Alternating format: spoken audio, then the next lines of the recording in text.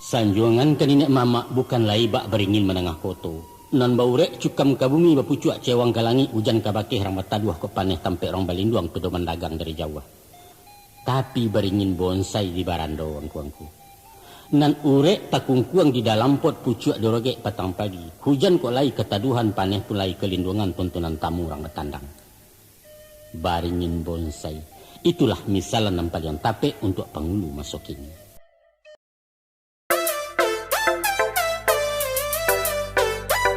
Pemberitahuan agar Anda selalu mendapatkan video terbaru dari channel ini. Sebelumnya silakan tekan tulisan subscribe yang berwarna merah, tanda like, dan ikon lonceng di bawah ini. Terima kasih.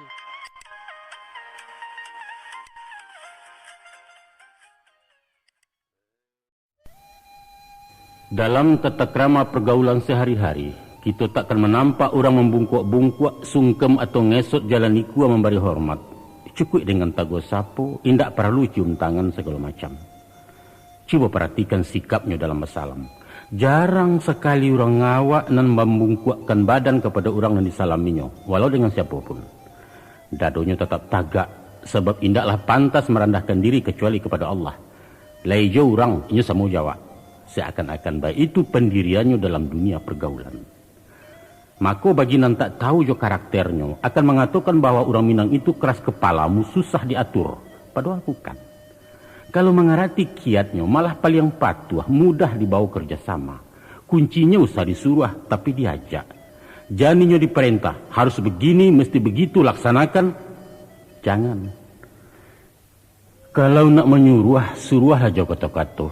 Ayo, ngolah sama-sama wakai. Pakaikan ilmu memandikan kudo. Tuannya dulu masuk ayah baru kudo tajun baranang. Dalam bermusyawarah, tolong dangakan pendapatnya walau ndak diterima, tapi usah dibawa lalu. Sebab sifatnya ndak namuh nerimo sekalipun niu. Baralah kalamaknya, orang Minang ndak terbiasa makan pisang takubak. Rekayasa ndak laku di tanah Minang, konon pulau main tunjuk main cambui. Sorry, Mek. Oleh sebab itu, sikap sebagian penghulu nan terlanjur latah jurekayasa, bisa diatur dan lain sebagainya, takkan mendapat simpati di hati anak buah. Malah akan membuat jarak dan mungkin antipati. Tentu saja, dengan kondisi semacam itu, nenek mama akan kehilangan tuah, kehilangan popularitas dan wibawanya. Hal nan pasti merugikan kehidupan beradat dan kehidupan bermasyarakat. Itulah ampek faktor penyebab nan timbul dari dalam terjadinya krisis kepemimpinan nenek mama sebagai pamong di masyarakat Minangkabau. Nah, kita masuk pula kepada ampek faktor nan datang dari luar lingkungan pemangku adat itu sendiri. Faktor pertama ialah perubahan sistem ketatanegaraan Republik Indonesia. Dalam menata pemerintahan desa di seluruh Indonesia, Menteri Dalam Negeri mengeluarkan Undang-Undang Nomor 5 Tahun 79. Dampaknya untuk Minangkabau ialah tergusurnya kedudukan nagari nan selalu Salamonangko menjadi tingkat terbawah dari jenjang pemerintahan. Posisinya kini digantikan desa di tingkat 2 atau lurah di Kota Madia. Dan wilayahnya adalah jorong-jorong sama sobat nagari siswa. Perbedaan prinsip antara wali nagari dulu dengan kepala desa kini, antara lain wali nagari nan sabalunnya banamu penghulu kapalo atau nyek palo. Dipilih nenek mama dalam nagari bersangkutan dari kalangan sendiri. Dan inya bertanggung jawab kepada majelis adat semacam kan kini. Fungsi camat hanya mengontrol. Sedangkan kepala desa atau Pak Lurah dipilih langsung oleh rakyat, kemudian dikukuhkan bupati kepala daerah tingkat 2 dan bertanggung jawab kepada camat kepala wilayah. Manajemen dan kepemimpinannya sudah terpola dari ateh, baik itu pun perangkat-perangkatnya secara terbatas wewenang masing-masing. Di pemerintah nagari dulu diprogram berdasarkan kebutuhan sesuai dengan kondisi dan situasi nagari bersangkutan. Bagaimanapun dampaknya dirasakan, itikat pemerintah pasti elok dan itu merupakan satu keharusan dalam mencapai jaringan pemerintahan nalabia sempurna. Lanyoknya pemerintahan tradisional nagari hanya merupakan ekses dalam pembangunan. Ibarat kata pepatah, baluluak dapet cikarau merugi mangko balabo. Untuk itu, kita sambut dengan semangat nasional nan tinggi demi terwujudnya cita-cita masyarakat adil makmur. Kini nenek mama lah bebas tugas dari fungsi andiko di negari. Inyo bagaikan pejabat nan menjalani masa pensiun. Keceknya indak didangalai, kebijaksanaannya indak terpakai. Aso solok 2 selayo 3 padang ampe kumpani. Dahulu awak nang kodohnya kini orang lain mengamudi. Tapi syukurlah. Tagamang lain menjawab kok tangi hado ke memujua. Pemerintah daerah Sumatera Barat mengeluarkan peraturan daerah nomor 3 Baleh tahun 83 dan isinya menetapkan bahwa nagari adalah sebagai kesatuan masyarakat hukum adat di Provinsi Sumatera Barat. Tarado, penguasaan dan pengelolaan hak-hak ex-nagari tetap ditangani nenek mama melalui lembaga dan menamakan kerapatan adat nagari. Seumpama pakan, galanggang, balai adat, gurun dan apo sajunan menjadi kekayaan nagari tetap sebagaimana dulu dan kelestariannya di bawah pengawasan camat setempat. Dari komersialisasi inventaris itulah organisasi kan dibiayai. Alhamdulillah. Kiprah nenek mama tidak sampai dihabiskan tapi dikurangi. Indak ditarah di cikua licin, cuma sekadar ditutuh di pangke singkek nak sesuai jo kandak zaman. Sekali ia gadang, sekali tepian berubah. Sekali gajah menyubarang, sekali lantak tercabut. Di dunia ini tidak ada yang abadi. Segala sesuatu akan berubah menurut kodratnya. Beredar di jalur rotasi yang telah diatur oleh Zat Maha Pengatur. Dan itulah hidup. Adapun hal kedua yang menyebabkan nenek mamak kurang populer, ialah dengan terjadinya pergeseran pandangan hidup akibat modernisasi. Ada 3 masalah pula yang membantu masyarakat ke arah itu. Non pertama, kehidupan di rantau nan tak dijangkau hukum adat. Kedua, hilang ketergantungan ke tanah pusaka. Dan ketiga, pengaruh faham kebendaan dan menipihnya semangat kebersamaan. Mari kita sigi satu persatu. Mungkin dek sari iduk masa Jepang sampai ke zaman revolusi berlanjut ke zaman darurat. Babaju kain kulit taruk makan kecimuh nasi jagung maik bakapan lapik pandan. Maka sesudah terbokak perhubungan sekitar tahun 50-ah, orang awak lingkuik bajalan tumpah ruah kerantau orang. Berubahlah kecikak lamo, daun nipah timbakau padang sudah nikah paika ladang, kepada daun nipah timbakau lintau sudah nikah bau marantau. Baserak si BA di muka bumi, malampau sekilang ia bangih malinteh durian di tekuk rajo, Ilyas pisak pisau wanyuik menyebarang ombak nabada bua. Sampailah ke sia Indopuro hingga kalangkat Tanah Deli, lapeh ke Aceh Tigosagi Rajang Pasmah Ampek Lawang Sabateh Lampuang Rajo Basah. Kemudian menjala lapeh ke Bantan, ke Jawa, Tanah Mataram, ke Bugis, Tanah Mangkasar, tiba di Ambon, di Mandadu. Sehingga kini bukan lain hanya Nusantara, antara Sabang di Maroke, tapi rantau dunia antara Jepang di Maroko. Kok sudah roket tambangan memuik pasisia ke teh langit, si Padang tiba dahulu. Manggaleh di pasar bulan, babelok menurut bintang, induak samang di Mantuari. Wallahu a'lam bishawab. Angku-angku sana warga Minang dan nambah hormati. Barangkali indak tapik lai istilah marantau untuk orang awak yang meninggalkan kampung. Sebab hakikatnya mereka bukan perantau tapi pemukim nalah maunya kampung orang. Lah berumah batanggu, lah beranak pinak, pulang sekali-sekali bukan pai maunya rumah gadang bertahun bercucuk tanam.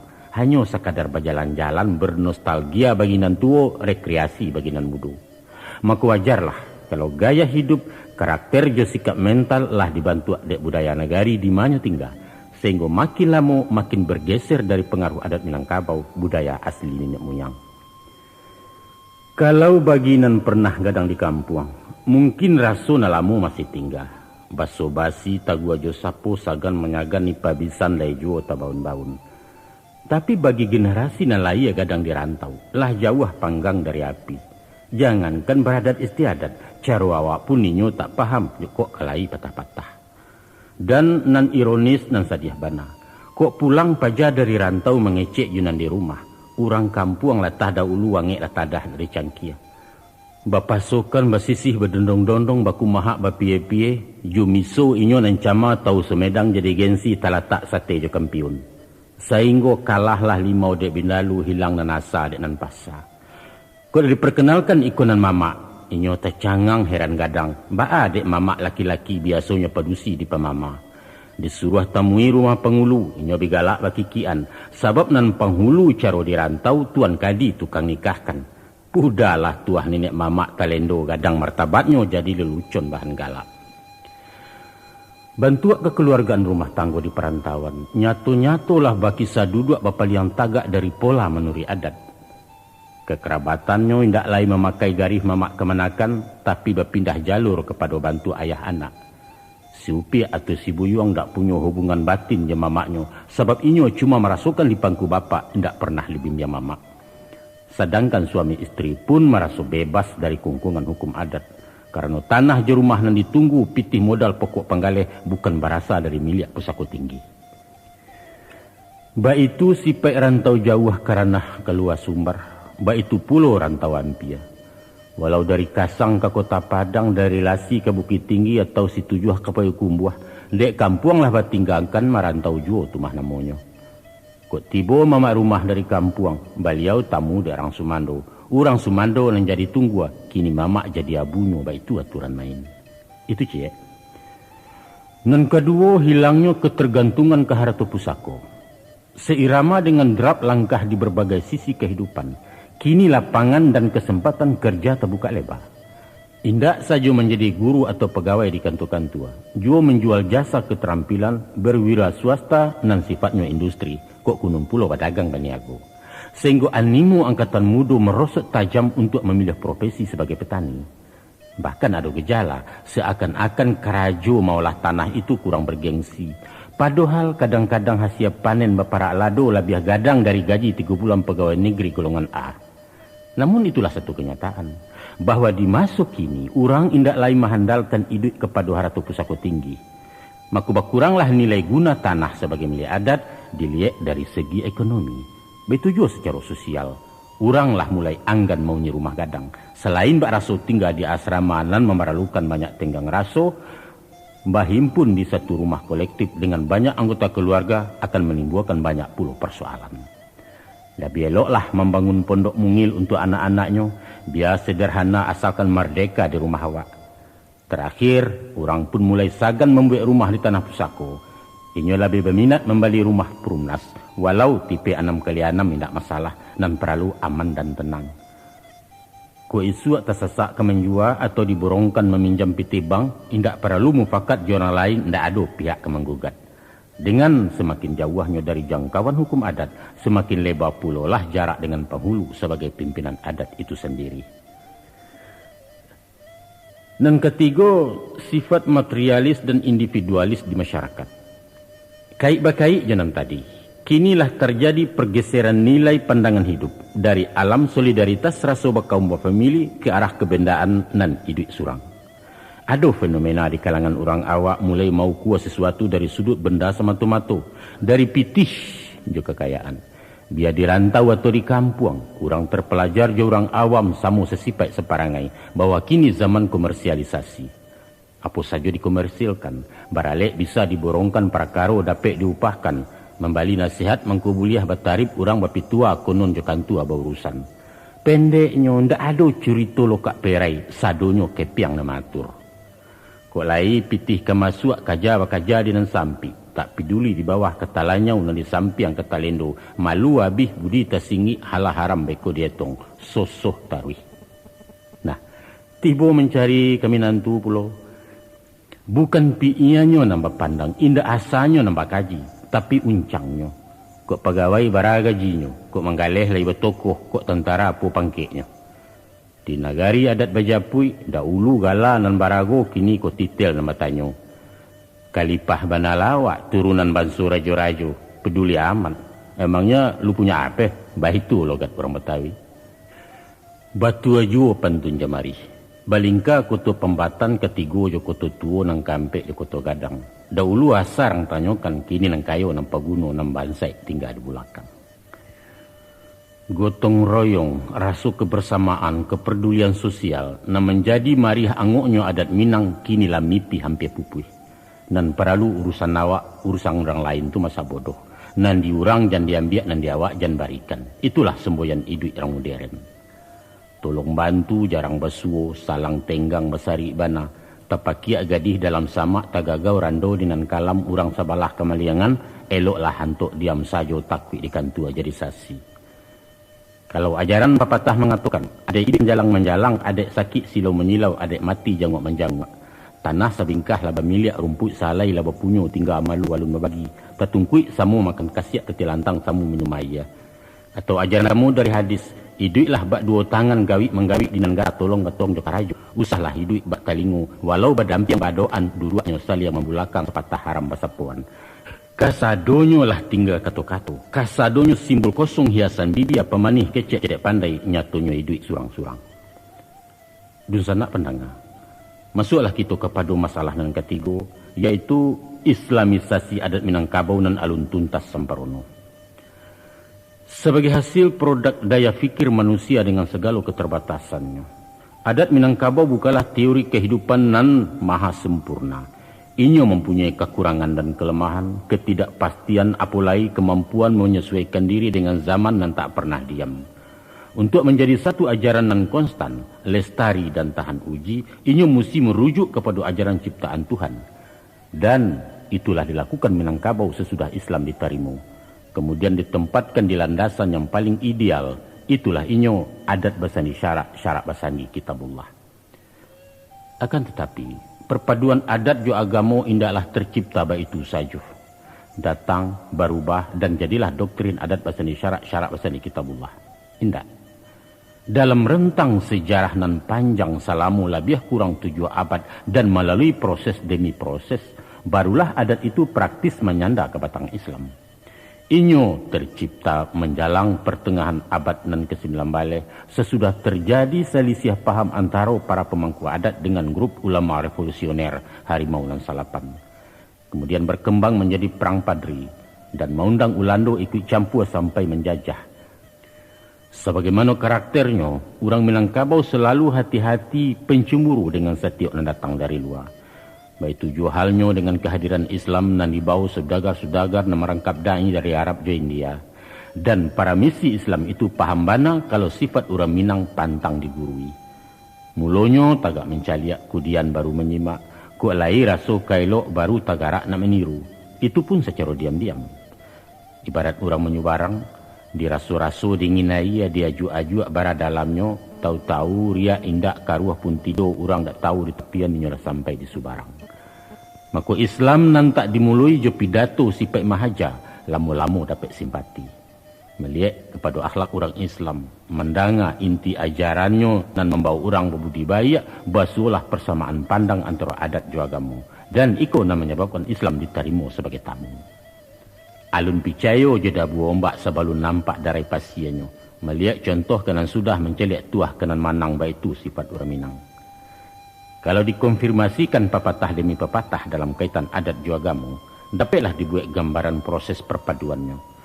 Mula-mula orang Minang sebelum Islam nalah beradat Balimbago, ndak pernah mengenal hidup sesudah mati. Ndak tahu kalau kita datang dari Allah kembali ke Inyojo. Keumua habis hajalah sampai diantar ke Tanjung pekuburan ditanam ke liang tanah. Sesudah itu selesai, tamat sampai di sini. Maka dikatakanlah hidup di kandung adat, mati di kandung tanah. Fase kedua terjadi perkenalan. Allah basuo tahu rupo tahu sapu di jalan kari alun sajalan indah. Walaupun ajaran Islam amar ma'ruf nahi mungkar, membawa orang kenan elok menagah ke jalan buruk, tapi dalam menyampaikan saruannya Islam lebih terbuka, lebih transparan dan indak banyak basa-basi. Iko nan kurang disenangi orang adat, nan biasanya menampuh jalan baliku memakai kieh katobayang banyak sindiran jompamu. Dek sairiang bertukar jalan sebiduk balai yang tiba peringit dengan tuo. Peringitnya. Ingit-ingit nan di atas nan di bawah ke maimpo. Hati-hati je nan tiba orang bertandang membawa piak. Maka dibuatlah parik jo paga dibari babateh bantaro jan sakandang ayam jo itiak. Hal itu tertuang dalam ungkapan dan agak sinis adat basi sampiang syarak bati lanjang. Dalam perkembangan selanjutnya, ternyata agama makin berani. Himbauannya lantang untuk meninggalkan cara-cara lama yang tak sesuai jo syariat. Lalu paga pun diparapek lantak jo pancang dipataguah jan sampai lampau melampaui. Adapun agama urusan akhirat, soal sarugo jenarako hubungan umat dengan Tuhan. Pidomannya hadis ju Quran. Tapi adat urusan dunia, matur tali silaturahim maurih tentang selok balu antara manusia je manusia. Ukurannya alu aja patui. Nyatulah sawah lah jaleh berpematang ladang lah sayah babintalak jago tinaman surang-surang. Yo semacam paham sekularisme masuk kini nan memisahkan agama je negara. Nah, itulah nan dimungkasut dengan adat basandi alua, syarak basandi kitabullah. Masuk berjalan jo. Mubalik jo para da'i menyadari kalau jalannya dakwah agak lambat, tas sandek tertagun-tagun. Sedangkan orang adat pantang talinteh tasingguang labi bakanai. Sulit mendaki menjinai agak anggan ke Raja Samu, tapi tidak mambek mahalangi. Maka dirubahlah metode dakwah. Minyak mamak dianjung tinggi lah tinggi baru dipanjek, diadukan pendekatan psikologis. Berhasil. Kini orang adat pun namuh menurun tajun salangkah dua langkah, bertemu di tengah-tengah lalu berjawek bau dua tangan. Itulah yang dikatakan syarat mendaki, adat menurun. Selanjutnya timbul rasa saling membutuhkan. Tanpa sabaun jo pengulu agak sampik jalan ulama, ko indak jasu agamo kalam pidoman narah adat. Basuolah rueh je buku sadundun syarat jo adat sajalan dunia akhirat setimbang laya jo batin. Layalah papatah adat jo syarat di Minangkabau, ba umpamo awa jo tabiang sanda-basanda keduanya.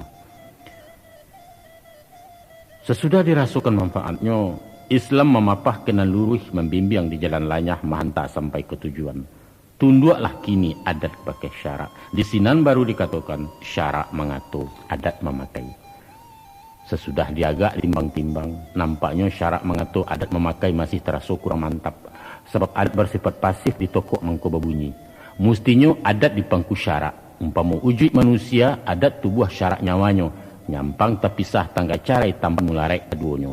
Nan surang menjadi bangkai sasak lalam jobaunya, nan surang tabang kalangi indak berbaliak-baliak lain.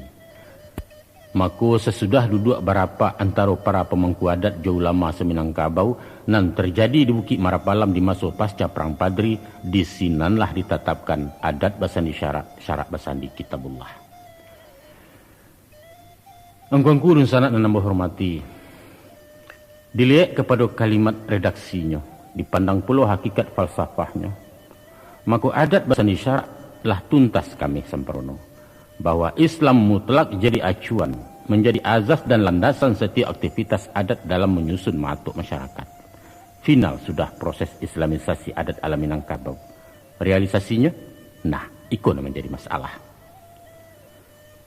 Sesudah hampir 2 abad pelakat Bukit Marapalam dicanangkan, rasanya masyarakat awak alun eksis menjalankan amanah pengulu jauh lama itu.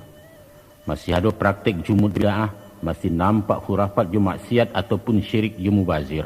Sehingga kita beragamu alun khafah, alun tunduk patuh tanpa reserve.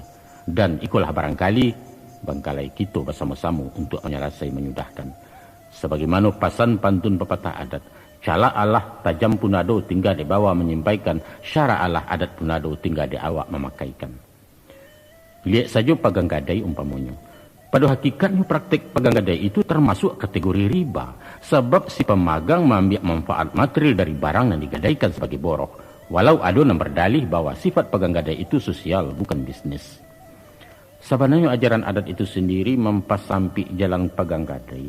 Tapi ini menyediakan pintu emergensi, pintu darurat yang boleh dipakai kalau tak pasu. Tak rueh ke buku tak sasak padang karimbo tak dapat bertenggang lai. Kalau sifatnya sangat memaksa, apa boleh buat? Silahkan menggadai. Kebijaksanaan adat itu disokong oleh sebagian ulama fikih Minangkabau. Adapun undangnya berbunyi, pusaka tinggi tidak boleh digadaikan kecuali bersuo soal nampek. Manyo soal nampek. Dan pertama, mai tabuju tengah rumah. Dan kedua, gadih gadang indak balaki. Ketiga, rumah gadang ketirisan nan kampe adat pusaka tak berdiri. Namun sayangnya, kita menilai dispensasi itu sebagai legalitas hukum adat. Karena apa? Karena kita menerjemahkannya secara harfiah. Satu kesalahan fatal dalam memahami hakikat hukum, sebab di Minangkabau kata bamisaru dia bekieh. Usah dibaca nanta surek, tapi harus dimaklumi nanta sirek, kadang-kadang ini tersuruh. Nah, coba pikir. Kalau mai taranta teh rumah, indak capek dikubuakan. Kebusukan kita serumah tasisu orang senegari. Kalau gadih gadang indak balakinya menjadi gadih tua, beko anau mencari sigai bertabuh malu dalam kampung. Kalaulah hatuk ketirisan ndak kunjung lakih di sisi, Kasau caya paran kalapua alamat karabah rumah gadang. Kalau adat indak berdiri hilang lipua hingga jabate. Idui umpamo dalam hutan. Sia bagak sia diate. Pasan kalimat panjang nan tasabui di kampek pasal tadi terhimpun dalam satu patah kata, yaitu darurat. Terpaksa. Kok tak capek ditanggulangi gadanglah maro bahayonyo, itu namun kasui sebenarnya. Contoh, para lu capek operasi dana indak ada tersedia. Menggadailah. Sebab itu urusan nyawa hidup je mati tentangannya. Atau adonan sakit jiwa dipasuang bangih pemerintah dilapehkan menggaduh hurang, lakeh-lakeh bau kagadui.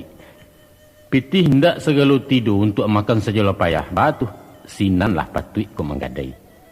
Tapi dek kita salah makna. Dengan alasan buliah juadat, maku untuk keperluan nan kurang penting, urusan sepele tetek bengek balai jua waratu pusaku. Dek bagindo mesti dijapui, digadaikan sawasa lupa.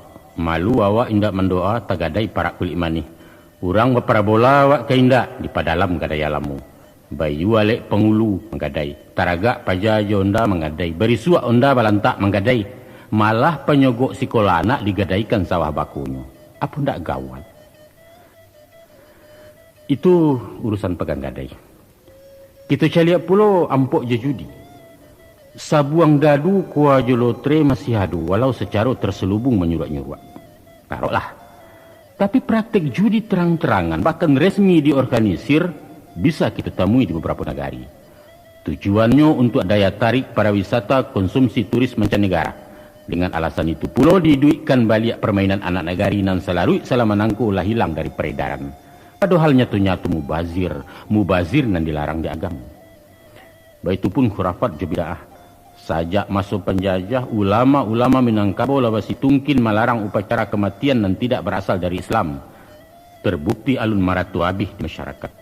Mandi hari menuju hari mampe puluh menyaratui masih saja diamalkan. Sedangkan indak saja bicara soal hukum, geologika saja balawanan. Sepatutnya kita menyantuni orang dan kemalangan, menghibur jo takziah menyumbang bahan makanan, karena ahli musibah dalam kabung alun bisa tajun bau sawo. Kok malah awak pai makan gadang ke rumah anak yatim? Kan dah lucu. Manga dek badokan juga, kajikanlah semua kita dangah. Ente yang saja jawabannya. Yo balah, tradisi. Tradisi dinan salah. Bianan maundang atau nan diundang lah bersekongkol dalam urusan bid'ah. Padahal bid'ah itu sesat dan neraka tempat orang yang sesat. Baik itu pitu abuya-buya. Nah, angku-angku dan sanak pendengar yang terhormat. Kini masuklah kita kepada penyebab terakhir. Faktor nan mauliangkan wibawa kepemimpinan nenek mama. Yaitu hilangnya keseimbangan hak dan kewajiban antara penghulu dengan anggota kaumnya. Sebagai hubungan timba balik antara penghulu di satu pihak dengan anak buah di pihak lain, masing-masing punya hak dan kewajiban. Untuk mencapai stabilitas, hak dan kewajiban itu mesti seimbang, selaras dan serasi. Kok kan dua tagang sabalah di sinan tali kegantiangnya putih bersera ikatannya. Penghulu mempunyai hak untuk dihormati, diamba gadang dianjuang tinggi di anak kemanakan. Apa yang menjadi haknya itu merupakan kewajiban anak kemanakan untuk mamba gadang menjual tinggi penghulunya. Penghulu punya kewajiban mengayomi, mairik, merantangkan, memimpin, memayungi anak kemanakan. Sabaliaknya anak kemanakan mempunyai hak untuk diurus dek penghulunya masing-masing. Nah, terhadap hubungan timba baliak ikolah nan taraso pincang di kebanyakan negari, malah hampir merata di seluruh Minangkabau. Umumnya orang tahu johak, bahkan kadang-kadang menuntut terlalu banyak dari porsinya, tapi melalaikan kewajiban yang menjadi hak orang lain. Memang ada juga, tapi jumlahnya saketek bana, nan setia dengan kewajibannya tanpa pamrih ikhlas karena Allah. Pensanu dibuat persentase perimbangannya, akan lebih banyaklah penghulu yang kehilangan hak untuk digadangkan sesudah menunaikan tugas rutin, menunaikan kewajiban kepada anak kemanakan. Adapun pengertian menggadangkan juga meninggikan meliputi dua aspek, yaitu lahiriah dan batiniah atau bidang moral dan bidang material. Angku-angku urusan anak pandangan. Penghulu dikatakan sebagai ulu budi talago undang pincuran tajunan aka mandian nurang sanagari. Baitulah mulianya posisi penghulu, sumber dari suri tuladan, figur pemimpin sampai orang mencari keadilan dan perlindungan. Maka sewajarnya lah tugas-tugas kepenghuluan itu diimbangi oleh anak kemanakan anggota kaum dengan menjaga martabat, memelihara wibawanya di tengah-tengah pergaulan masyarakat. Untuk itu, ada ampek dan harus disikapi. Yang pertama, penghulu disambah laya, kemanakan disambah batin. Pengertian disambah bukanlah menghambakan diri, merukuak sujud mengaki-ngaki, bukan. Hanya sekadar maharagoi kedudukannya.